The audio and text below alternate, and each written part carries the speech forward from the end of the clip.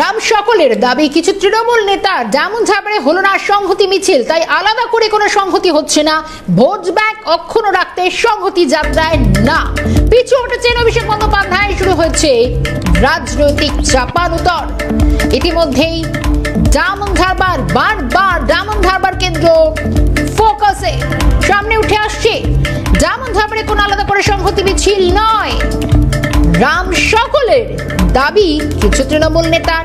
আর এখান থেকে যে প্রশ্নগুলো উকি মারতে শুরু করেছে, তাহলে আরো একবার সেই ডায়মন্ড হারবার বারবার কোথাও কি ভোট ব্যাংক অক্ষুণ্ণ রাখতে সংহতি মিছিল না, সংহতি মিছিল হলো না, পিছু হটলেন অভিষেক বন্দ্যোপাধ্যায়। একাধিক বিষয় কিন্তু এইবার সামনে আসছে, বিভিন্ন মহল থেকে নানা প্রতিক্রিয়াও সামনে আসতে শুরু করেছে। একমাত্র সেই ডায়মন্ড হারবার লোকসভা কেন্দ্র তৃণমূলের সংহতি মিছিল এবং খোদ যেখানে মুখ্যমন্ত্রী মমতা বন্দ্যোপাধ্যায় তৃণমূল সুপ্রিমোকে হাঁটতে দেখা গিয়েছে, অন্যদিকে ডায়মন্ড হারবার বলছে অন্য ছবি, আলাদা করে কোনো সংহতি মিছিল হলো না।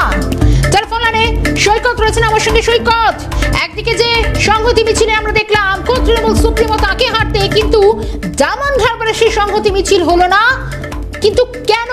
সেখানে তৃণমূল নেতৃত্ব কি বলছেন?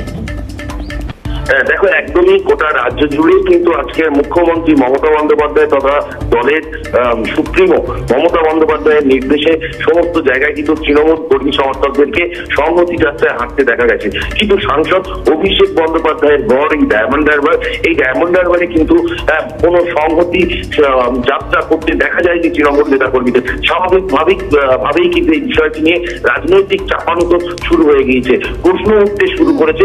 তবে কি হিন্দু ভোট যে ফ্যাক্টর, সেটার কথা মাথায় রেখেই সাংসদ এই সংহতি যাত্রা ডায়মন্ড হারবারে করছেন না। যদিও সাংসদকে নিজেকেই কিন্তু খোদ সাংসদকে হাঁটতে দেখা গিয়েছে কলকাতার রাস্তায় এই সংহতি যাত্রায়। তবে নিজের নির্বাচনী কেন্দ্র সেখানে কেন এই যাত্রা হচ্ছে না তা নিয়ে স্বাভাবিকভাবেই প্রশ্ন উঠতে শুরু করেছে।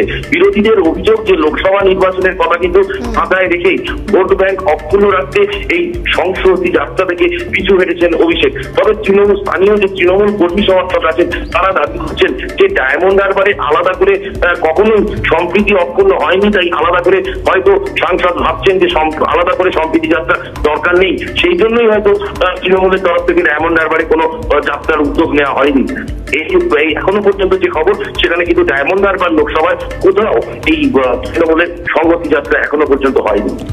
সৈকত, এখান থেকে একটা বিষয় জানার চেষ্টা করি, এই যে সংহতি মিছিল এখানে হলো না, কোথাও কি মনে করা হচ্ছে যে পিছু হটছেন অভিষেক বন্দ্যোপাধ্যায়? সব থেকে বড় কথা, বারবার নানা রকম ভাবে এই লোকসভা কেন্দ্র এক নয়া যেন একটা নজির তৈরি করছে, এবং বিশেষ করে সংহতি মিছিল যেন তারই আরো একটা সেই প্রচেষ্টা, একটা ধাপ।